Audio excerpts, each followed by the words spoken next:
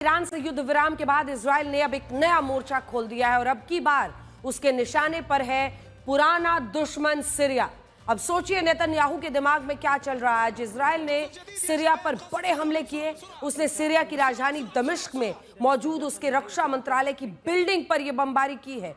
ये तस्वीर एक नई कहानी बता रही है। इजराइल ने सीरियाई रक्षा मंत्रालय की बिल्डिंग पर ड्रोन से हमला कर दिया और फिर जो वहां पर धुएं और धूल का गुबार दिख रहा है। इजरायली सेना ने दावा किया कि उसने रक्षा मंत्रालय के एंट्री गेट पर बॉम्ब्स गिराए हैं, लेकिन इस हमले की जो तस्वीरें सामने आई है उसमें जबरदस्त तबाही दिखी है। इजराइल के हमले का एक और वीडियो सामने आया है। एक तो आपने देखा जिसमें एक टीवी एंकर खबर बता रही थी और उसी दौरान सीरिया के रक्षा मंत्रालय पर हमला हो गया। धमाका इतना जोरदार था कि इसकी कंपन आसपास की कई बिल्डिंग्स में महसूस की गई। पिछले कुछ दिनों से सीरिया के सुवेदा में सीरियाई सैनिकों और ड्रूज समुदाय के लड़ाकों के बीच झड़पें हो रही थी। कुछ दिन पहले ऐसी ही एक झड़प में 30 से ज्यादा जो ड्रूज अल्पसंख्यक हैं वो मारे गए थे। इजराइल ने ड्रूज पर हो रहे इन हमलों को लेकर सीरिया को चेतावनी दी थी कि इसको बंद करें, लेकिन सीरियाई सैनिक जब नहीं माने तो इजराइल ने सीरिया के सैन्य ठिकानों पर हमले शुरू कर दिए। मतलब ऐसा लग रहा है जैसे आप कोई वीडियो गेम देख रहे हैं। जो परिस्थिति बनी हुई है इस वक्त, इजराइल के हमलों से सीरिया बैकफुट पर आ गया है। इन हमलों के बाद सीरिया का दावा है कि ड्रूज लड़ाकों और सीरिया के बेडुइन मिलिशिया के बीच लड़ाई चल रही थी और सीरियाई सैनिक युद्ध विराम के लिए इसमें घुसे थे। सीरिया का कहना है कि युद्ध विराम के प्रयासों के बीच ड्रूज और सीरियाई सैनिकों में जंग शुरू हो गई, जिसमें इजराइल भी कूद पड़ा।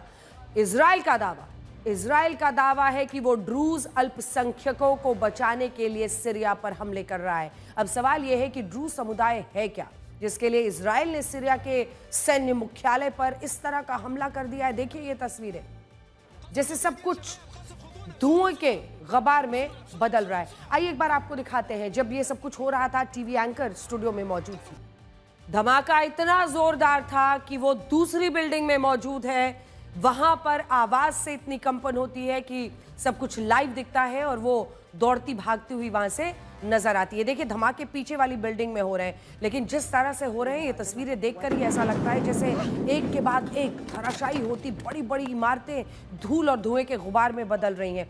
लेकिन हम आपको कह रहे थे कि ये ड्रूज है कौन? ड्रूज अल्पसंख्यक, जिनके लिए नेतन्याहू ने ये सब कुछ सीरिया पर कर दिया है और नए सिरे से एक फ्रंट खोल दिया है। ड्रूज समुदाय क्या है हम आपको बताते हैं। ड्रूज 10 लाख लोगों का एक विशेष समुदाय है। 10 लाख लोग जो सीरिया, लेबनान, जॉर्डन और इजराइल के उत्तरी हिस्से में रहता है। ड्रूज समुदाय के बारे में कहा जाता है कि वो 11वीं सदी में मिस्र से, इजिप्ट से आए हुए लोग हैं।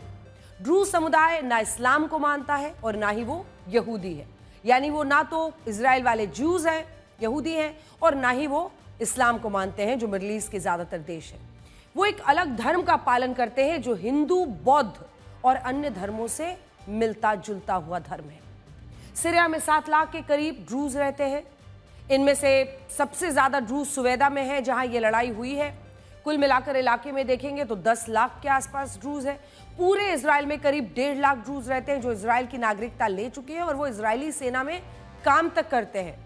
इजराइल के गोलान हाइट्स, आपको याद होगा इजराइल के गोलान हाइट्स में करीब 29,000 ड्रूज खुद रहते हैं, लेकिन वो खुद को सीरियाई नहीं कहते हैं। इजराइल सभी ड्रूज अल्पसंख्यकों को बचाना अपनी जिम्मेदारी मानता है, इसीलिए उसने इन पर सीरिया सैन्य ठिकानों पर हमले किए हैं। सीरिया ने इन पर लगातार तरह तरह की जो आप कह सकते हैं मुश्किलें पैदा की इनके लिए। इजराइल के हमले का एक कारण सीरिया के आतंकी संगठन HTS का कमजोर करना भी है। HTS यानी हयात तहरीर अल शाम, यह सीरियाई राष्ट्रपति अल शारा से जुड़ा एक आतंकी संगठन है। जी हां, आपने सही सुना है, सीरियाई राष्ट्रपति अल शारा से जुड़ा हुआ आतंकी संगठन HTS। अगर सीरिया के दक्षिणी हिस्से में यह संगठन मजबूत होगा तो यह इजराइल और ड्रूज के लिए खतरा बन जाएगा। इजराइल चाहता है कि सीरियाई बॉर्डर पर कोई भी स्थानीय हो या विदेशी आतंकी संगठन वो एक्टिव ना हो, वो मजबूत ना हो पाए, वो जड़े ना वहां पर अपनी गड़ा पाए, क्योंकि उसके बाद से वो धीरे धीरे खतरा बनता चला जाता है इजराइल के लिए। इसीलिए जब बेडुइन मिलिशिया और सीरियाई सैनिकों ने ड्रूज समुदाय पर हमला किया तो इजराइल ने सीरिया पर अटैक कर दिया। और उसी की तस्वीरें आप देख रहे हैं। लेकिन इससे पहले कि हम अगली खबर पर जाएं, एक बार फिर से आपको पूरी तस्वीरें दिखा देते हैं इस युद्ध की। और जिस तरह से ये धमाके किए हैं आज नेतन्याहू ने सीरिया में, ये बहुत आसानी से खत्म होने वाली तस्वीर नहीं दिख रही है। वहीं दूसरी तरफ आप वो एंकर को भी देखिए जिनके पीछे सब कुछ लाइव हुआ।